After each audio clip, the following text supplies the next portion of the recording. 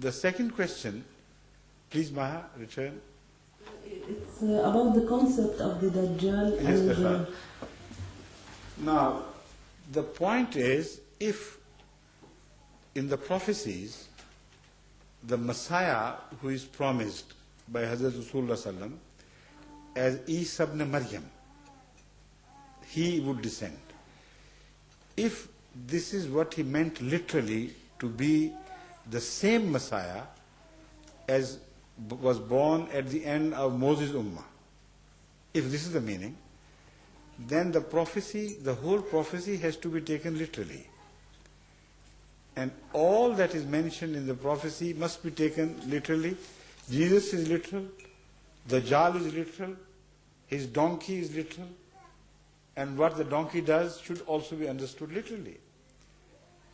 Because it is not metaphor then. But if Jesus is metaphorical, the one who would come in spirit but not in person, then the entire prophecy should be understood in its metaphoric concept or message, not literal message. God is speaking in parables and metaphors like Jesus Christ spoke in so much in parables. So the Holy Quran also employs parables. In this case, let me turn to the hadith you are referring to and remind you that neither Jesus is literal, nor Dajjal is literal, nor his donkey is.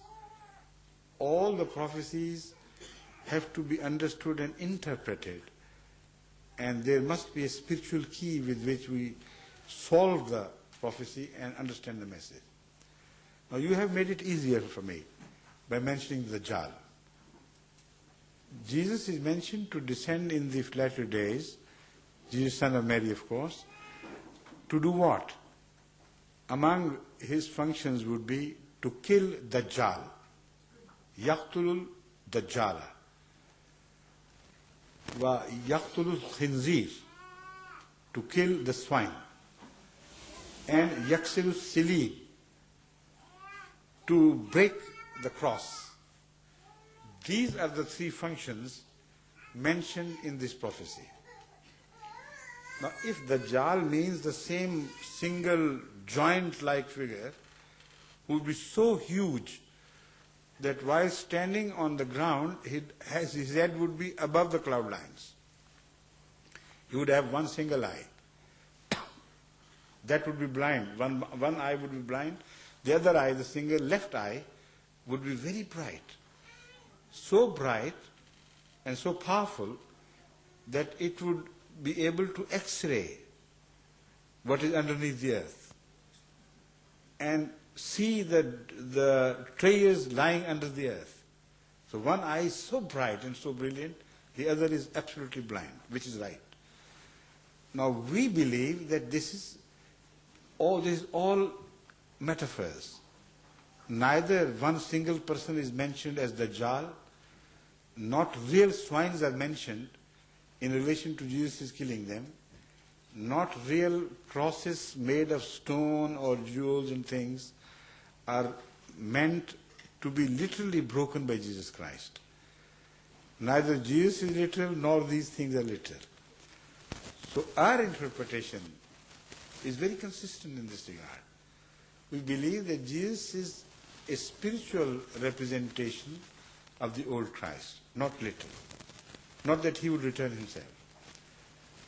When he comes, his main task would be to break the cross, which means to break the central argument of Christianity in favor of Trinity. This is cross. This is a symbol of cross, Trinity. So he would come and break the cross spiritually in the sense that he would provide such powerful arguments against the Trinity as if cross is broken. Not literally, of course. He would kill swine means that he would wage a war against a culture which has lost coyness and shame and decency, which is as shameless and as permissive as you find the swines. So it is, again, an expression of rejection of a cultural behavior which is not at all decent anymore. It's more like the cultural reaction of swines rather than those of human beings. So he would wage a war against those indecencies as well. When it is said that he would kill the Dajjal, it doesn't mean he would murder him with his sword. It simply means that the influence of the Dajjal would begin to wane out from the time he comes, and he would gradually dissipate. And new things would appear. There will be a revolution in the world taking place. These old huge powers will gradually lose their strength. So by Dajjal we mean great Christian powers. The symbol of Christian powers is Trinity, cross, eating of swine. So in every way you look at it, the finger is pointing at the same people, that is, in the latter days, according to this prophecy, the Christian world will become so powerful that they will rule the entire world. And this would be the stature of Christianity, as symbolized in a great giant against whom nobody has any power. This giant is described in the Hadith as conquering every land, every people of the world.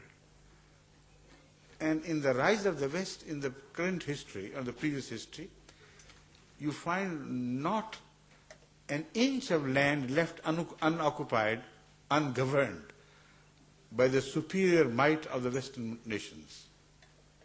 There was a time, where either it was ruled by the British or by the Russians or by the Germans or by any other Europeans or even Americans, but the whole globe fell under the sway of Christian powers.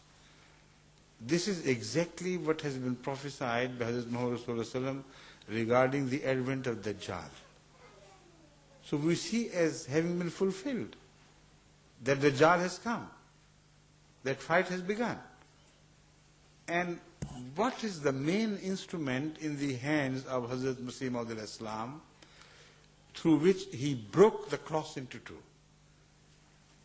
His claim that Jesus died a natural death. He did not die upon cross.